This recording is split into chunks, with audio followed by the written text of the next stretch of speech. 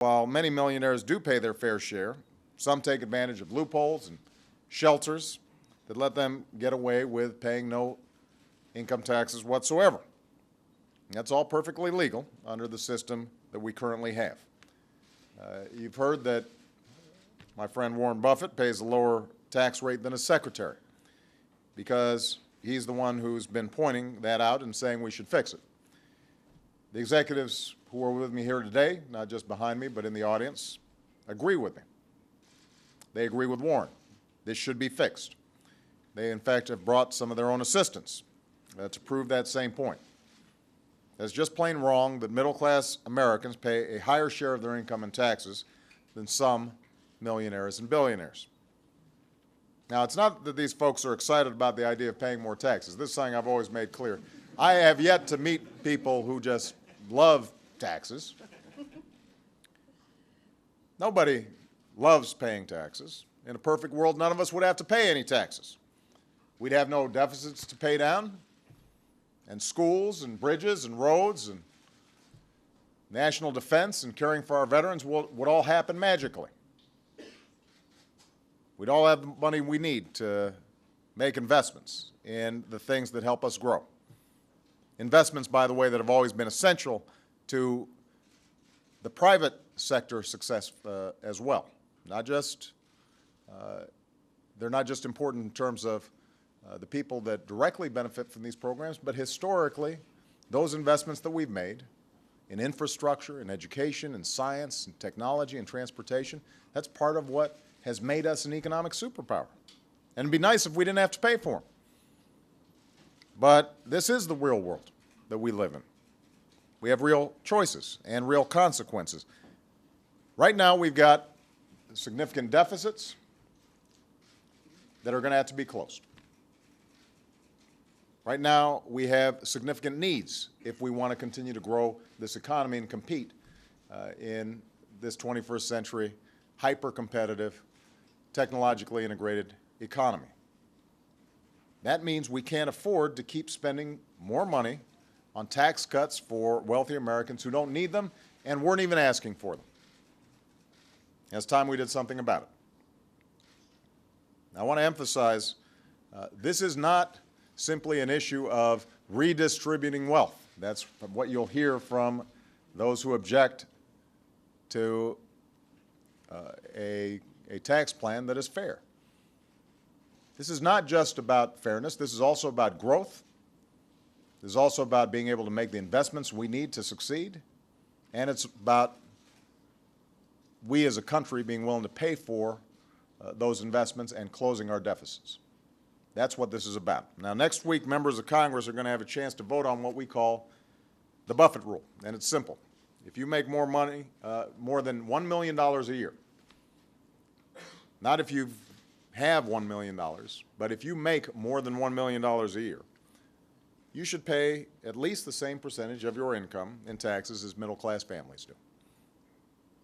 If, on the other hand, you make less than $250,000 a year, like 98% of American families do, your taxes shouldn't go up. That's all there is to it. That's pretty sensible. Most Americans agree with me. So do most millionaires. One survey found that 2/3 of millionaires support this idea. So do nearly half of all Republicans across America. So we just need some of the Republican politicians here in Washington to get on board with where the country is. I know that some prefer to run around using the same reflexive, false claims about wanting to raise people's taxes. What they won't tell you is the truth, that I've cut taxes for middle-class families each year that I've been in office. I've cut taxes for small business owners not once or twice, but 17 times. As I said, for most of the folks in this room, taxes are lower than they've been, or as low as they've been in 50 years. There are others who are saying, well, this is just a gimmick. It's, taxing millionaires and billionaires, just imposing the Buffett Rule won't do enough to close the deficit. Well, I agree. That's not all we have to do to close the deficit. But the notion that it doesn't solve the entire problem doesn't mean that we shouldn't do it at all. There are enough excuses for inaction in Washington. We certainly don't need more excuses. I just point out that the Buffett Rule is something that will get us moving in the right direction towards fairness, towards economic growth. It'll help us close our deficit, and it's a lot more specific than anything that the other side has proposed so far. And if Republicans in Congress were truly concerned with deficits and debt, then I'm assuming they wouldn't have just proposed to spend an additional $4.6 trillion on lower tax rates, including an average tax cut of at least $150,000 for every millionaire in America. They want to go in the opposite direction. They want to double down on some of the inequities that already exist in the tax code. If we're going to keep giving somebody like me, or some of the people in this room, tax breaks that we don't need and we can't afford, then one of two things happens.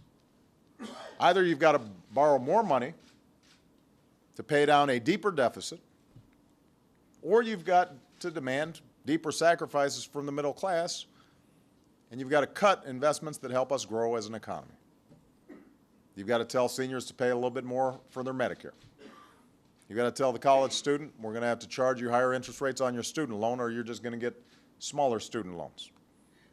You're going to have to tell that working family that's scraping by that they're going to have to do more because the wealthiest of Americans are doing less. And that's not right. The middle class has seen enough of its security erode over the past few decades that we shouldn't let that happen. And we're not going to stop investing in the things that create real and lasting growth in this country just so folks like me can get an additional tax cut. We're not going to stop building first-class schools and making sure that they've got science labs in them. We're not going to, fail to make investments in basic science and research that could cure diseases that harm people or create the new technology that ends up creating entire jobs and industries that we haven't seen before. In America, prosperity has never just trickled down from a wealthy few. Prosperity has always been built from the bottom up and from the heart of the middle class, outward. And so it's time for Congress to stand up for the middle class and make our tax system fairer by passing this Buffett Rule.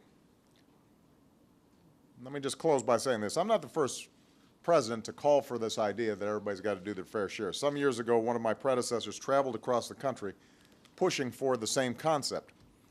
He gave a speech where he talked about a letter he had received from a wealthy executive who paid lower tax rates than his secretary and wanted to come to Washington and tell Congress why that was wrong. So this president gave another speech where he said it was crazy, that's a quote, that certain tax loopholes make it possible for multimillionaires to pay nothing while a bus driver was paying 10% of his salary. That wild-eyed socialist tax-hiking class warrior was Ronald Reagan. He thought that in America, the wealthiest should pay their fair share, and he said so. I know that position might disqualify him from the Republican primaries these days. But what Ronald Reagan was calling for then is the same thing that we're calling for now. A return to basic fairness and responsibility. Everybody doing their part. And if it'll help convince folks in Congress to make the right choice, we could call it the Reagan Rule instead of the Buffett Rule. But the choice is clear. This vote is coming up.